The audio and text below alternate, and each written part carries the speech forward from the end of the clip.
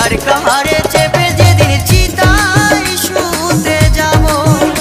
আমি চার কাহারে চেপে যেদিন